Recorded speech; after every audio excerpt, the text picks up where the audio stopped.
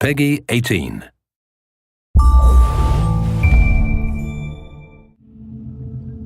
Hi there, my name's Jamie Keane, I'm the lead game designer on Far Cry 3, and this is Mark Thompson, I'm the level design director. So what we're going to show you today is we're going to show you a run through. So you find yourself to begin with in Amanaki Village. Now this is one of the hubs in the game. It's kind of a friendly area where you can rest, recuperate, you're going to feel a bit of the life of the world, but you're never under threat here. You can also do things like you can go to the store and buy new weapons and things like that, but it's basically your safe haven in the world. I was out hunting this morning, got lucky. So at this point, if you look at the mini-map, it doesn't have a lot of useful information on it. Actually, it's almost entirely useless, apart from the radio tower icon you can see there. Whenever you get to a new area of the world, the map will look like this. So the first thing you need to do is find the nearest radio tower, which is generally a visible landmark on the horizon. And then you need to head up there and take off the GPS scrambling device, which Vaas and his pirates have put there. So they're always going to be pretty much in high places in the world, areas that you're going to find easy to see. We wanted to make it a slightly different challenge to the rest of the gameplay. A lot of the gameplay in the world is combat oriented, whereas this we wanted to make much more of a kind of a jumping puzzle. This one's the first one that you come across in the world, so it's a really light challenge, but later on in the world it's going to become a little more tricky. We want to emphasize that feeling of vertigo, so you're going to have some pretty gnarly jumps to try and make. You're going to hear the wind kind of rattling through this thing. You're going to hear it creaking. So later on it becomes much more of a challenge. But for now, this is a pretty easy one. It's a fairly straightforward route straight up to the top. Yeah. But, I mean, the level designers did get a little bit mean with the later ones. More than a little bit, I'd say. Yeah. Some of them. But in a good way. It's a good job they don't do anything like put their names in the credits so everybody knows who they are. You can't find people on the internet like that anymore. No.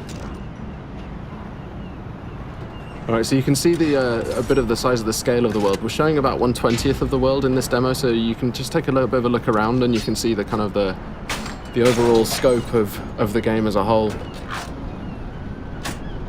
Everything you can see in the world you can get to at any time, and you can explore, and when you get there the world will reward you for doing so. It'll be fun.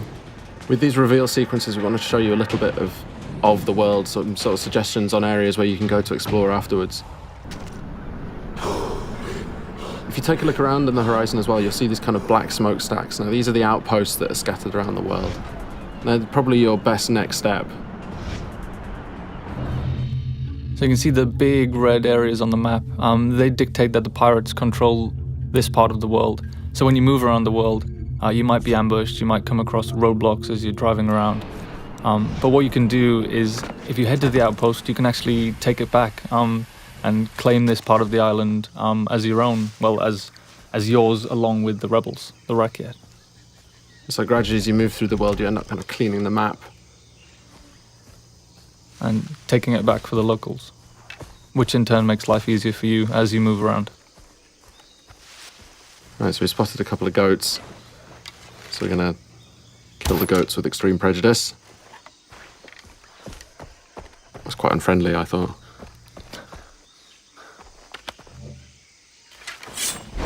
That was more unfriendly, though. Yes, certainly. Yeah. All right, so we skinned the goat, so now we've got a skin from the goat, so we can use that to craft. This is the crafting menu, and in here you can see all the different things that you can use animal skins to craft. Right now we're going to go and we're going to craft a weapon holster, which is going to let us then carry 4 weapons. The loadout that you have in this demo is a little bit, we kind of cheated slightly just so that it was more fun to play for the demo, but normally you would have to build up from pretty much nothing. You know, you start off in the world and you start off like Jason starts off in this world. You know, he's this young 25-year-old guy without much of a clue, and he's kind of got a gun and nothing much else, so there's a parallel there between the way that Jason starts in the world and the way that you start in the world. Again, the locals need the help of a plucky young hero. Jason hears the call of duty and sees an opportunity for a Medal of Honor, so he heads out into the battlefield to try and resolve the crisis in uncharted territory. And it's kind of the borderland between a series. All right, so we're here at the outpost now. Now we've got the camera out, which is going to give us a kind of a bit of a chance to look around and spot some enemies, tag them so we can work out a better route, a better path. This is one of the things that wasn't part of Far Cry 2 really, but It was a cool feature in Far Cry 1 that we liked, so we brought it back.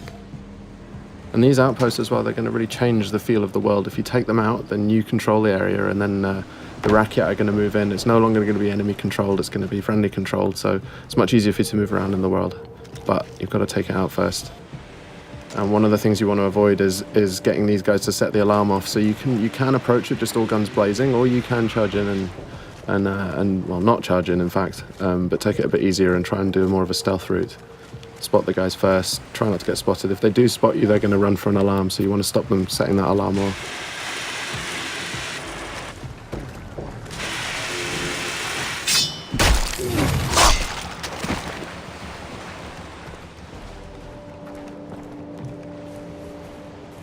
Alright, so we're trying to do a bit more of a stealth route here. Got to be a bit careful. That white line you can see there is a detection meter. If that fills up, they're going to spot you and then combat's going to start. So we've used a rock there to distract that guy. So he's going to go and check that out. And in the meantime, we can go off and head off around here and do a death from above. Okay, so he's now alerted. So these guys, you can see he's heading over for the alarm there.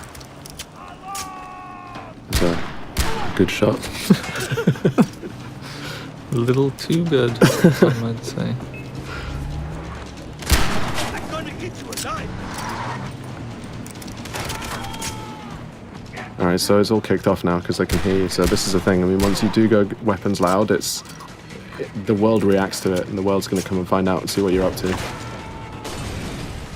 And it's not just the guys in the outpost. If there are any patrols that are moving around the area, like boat patrols might come in from the ocean, or any guys driving along the roads nearby, they're going to hear gunfire, and they're all going to be attracted.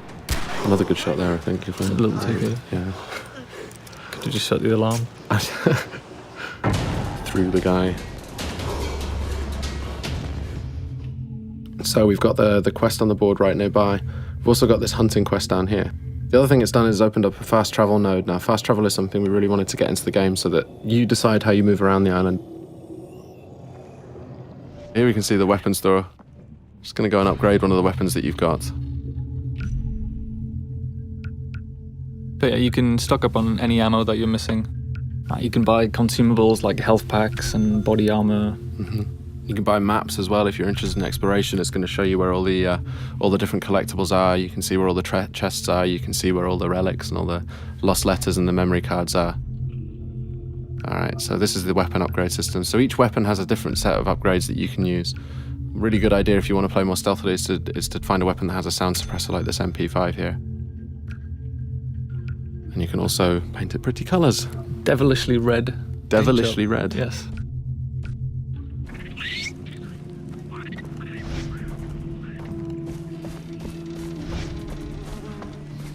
Alright, moving up to take this quest, which is just on the board over here.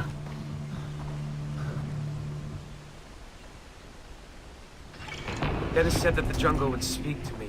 So the villagers in Amanaki have had some problems with local bears. They've been killing them, I guess. That's the problem they've had with them. They've been dying by bear. And the thing with these as well is we want to add a sort of a gameplay challenge as well. So it's not just going to be a question of getting in there and shooting them, however, but we want to add a little bit of a challenge in terms of the weapon that you can use. So this one, you've got to use a shotgun to take these bears out.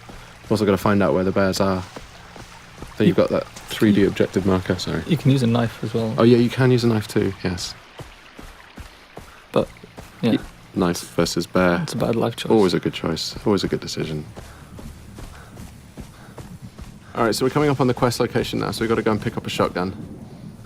And you can see on the minimap we've just dipped into a new undiscovered part of the world. So if we didn't want to go kill these bears, we could head off to that radio tower and unlock a new section of the map and unlock some new side quests and things to do. But right now we're going to go and shoot bears. In the face? No, well I decided not to go within the face because That would be too efficient. it would be. But there we can see it. Alright, now, bears can take a lot of punishment and they pack a real punch, as you can see there. When you get hit by them, you really know about it. I've seen it go a lot worse than that. Definitely. Well, that's the thing, because you feel all confident because, you know, they're not closing very quickly and then suddenly knock you over. Yeah. All right, so we're into the cave now. And this is it's a whole new dimension, I guess, that we added to Far Cry. Is lots of interior spaces. There's something that the tech couldn't do back in Far Cry 2, so it's something we added. So you'll have lots of and it just adds lots of interesting avenues for exploration. Lots of cave networks, tunnels underground, old mines, old temples, and there's always something to do and find down there. It's true. And you have a flashlight as well, so you can see where you're going. Indeed. Adding other dimensions, really. Got to interplanar experiences. Yeah, I mean, physically and metaphysically. So we added Hell and Rylea. And Yeah. In the last area, we headed to the radio tower first so we could figure out the lay of the land and decide what to do next. But in this instance, we just sold the smokestack and headed straight for it. And there's no order that you need to do anything. No, I mean, you don't have to do any of these things if you don't want to. It's just going to make it more difficult to... Oh, I think I heard a tiger.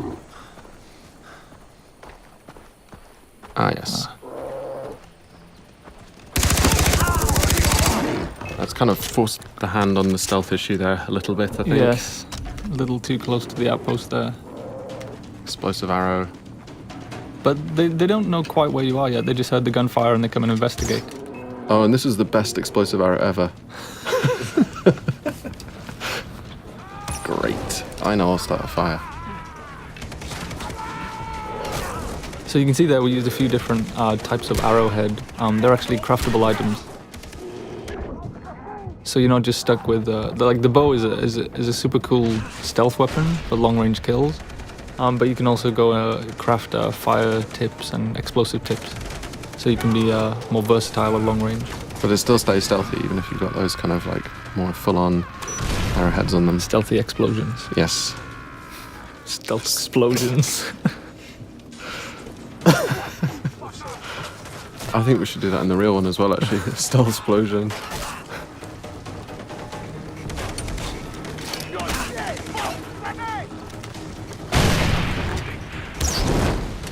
So yeah, this one, when the stealth thing went out the window, I think it was just all guns blazing. Oh, and the alarm's been triggered as well. Great. But you can see we've got, obviously the fire tech is back from Far Cry 2. I wanted to really make sure that we kept that one in. It's a really important part of the gameplay. You can really kind of corral people using fire. And the wildlife as well. And the wildlife too. Now you may have heard just on the VO there, they're letting you know which direction that they're coming in from. So you can kind of prepare. If you've got a little bit of time, you can see that countdown ticker, and you can kind of prepare for when these guys come in. That was a warm welcome. Yes. And there he goes, flying through the air. No fun was had there at all. No. No, I didn't enjoy that at all. I enjoyed the bit where you missed everyone with the arrow at the start. Really? Still? Seriously? Man. And that's the end of the walkthrough today. So thanks very much for listening in. Far Cry 3 is coming out on Xbox 360, PS3 and PC. Looking forward to seeing you guys out there.